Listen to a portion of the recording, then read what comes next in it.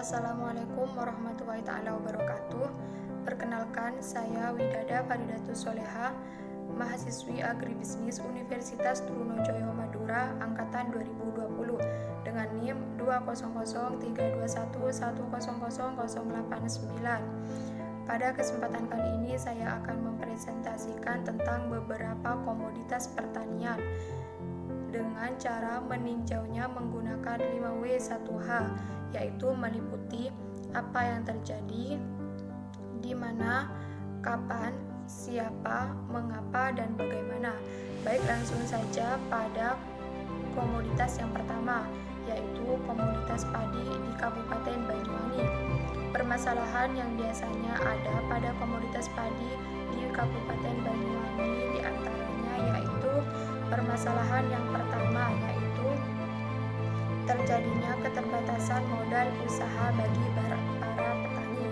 Permasalahan yang kedua yaitu rendahnya kualitas produksi pertanian karena minimnya prasarana pengelolaan hasil.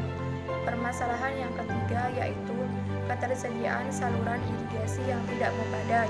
Banyak ditemukan kerusakan pada saluran irigasi. Selain itu, pada musim kemarau ketersediaan air kurang mencukupi. Permasalahan yang terakhir yaitu pendapatan pada sektor non-pertanian yang lebih tinggi dibandingkan pendapatan sektor pertanian. Pada 4 masalah inilah yang menyebabkan Kabupaten Banyuwangi mengalami penurunan pada tingkat produksi padi. Kebijakan yang dikeluarkan oleh pemerintah Kabupaten Banyuwangi yaitu yang pertama, stabilisasi penyediaan beras dan perbaikan kesejahteraan petani. Yang kedua, adanya program peningkatan produksi beras nasional atau P2BN. Yang ketiga, program pengembangan SDM penyuluh pertanian. Selanjutnya, perbandingan. Jika perbandingan dengan Thailand, seperti yang terlihat pada jurnal analisis impor beras Thailand ke Indonesia oleh Ravindra Ahmad Arifianto, yaitu produksi beras yang ada di Indonesia masih kalah jauh dengan produktivitas beras di Thailand, karena cara tanam di Thailand tinggal disebar saja dan mereka tidak dikejar produktivitas, tetapi Thailand itu ditanam biasa saja, berasnya sudah berlebihan.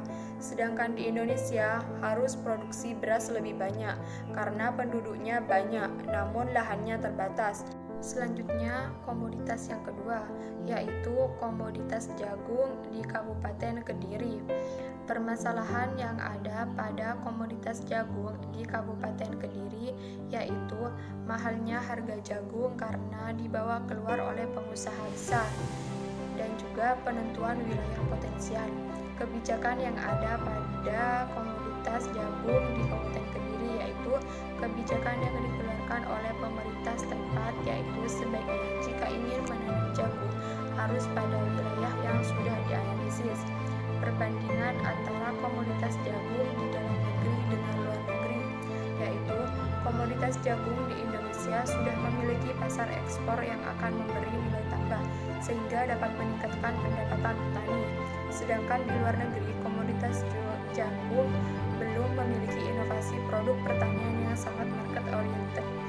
Solusi sebaiknya jika wilayah yang sering terkena banjir tidak ditanami jagung, dan juga melakukan peningkatan produksi melalui peningkatan daya dukung lahan dengan memberikan masukan bahan organik ke lahan yang ditanami jagung.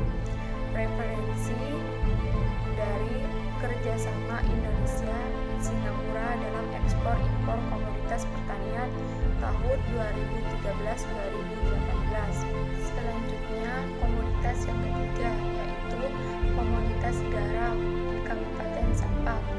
Biasanya permasalahan yang ada pada komoditas garam di Kabupaten Sampang yaitu yang pertama, kecilnya permodalan yang dimiliki oleh petambak garam. Yang kedua, masih menggunakan metode tambak garam tradisional, sehingga produksi dan kualitas garam yang dihasilkan masih belum mampu memenuhi kebutuhan garam nasional. Kebijakan yang dikeluarkan oleh pemerintah Kabupaten Sampang Yang pertama, kebijakan perlindungan sosial, yang mana kebijakan ini sangat penting dilakukan untuk memberi kemudahan petani dalam menjalankan aktivitas produksinya. Solusi yang pertama, dengan memperkuat sistem dan menyediakan instrumen kelembagaan yang efektif bagi usaha garam rakyat, dan juga mengembangkan keterkaitan semua sektor dengan prinsip saling menguntungkan. Selanjutnya, perbandingan. Kebutuhan garam dalam negeri masih tidak dapat terpenuhi dikarenakan produktivitas garam di Indonesia masih rendah. Hal ini terjadi karena teknik produksi dan peralatan yang digunakan masih dengan cara tradisional. Sedangkan di Australia, teknik produksi dan peralatan yang digunakan sudah modern.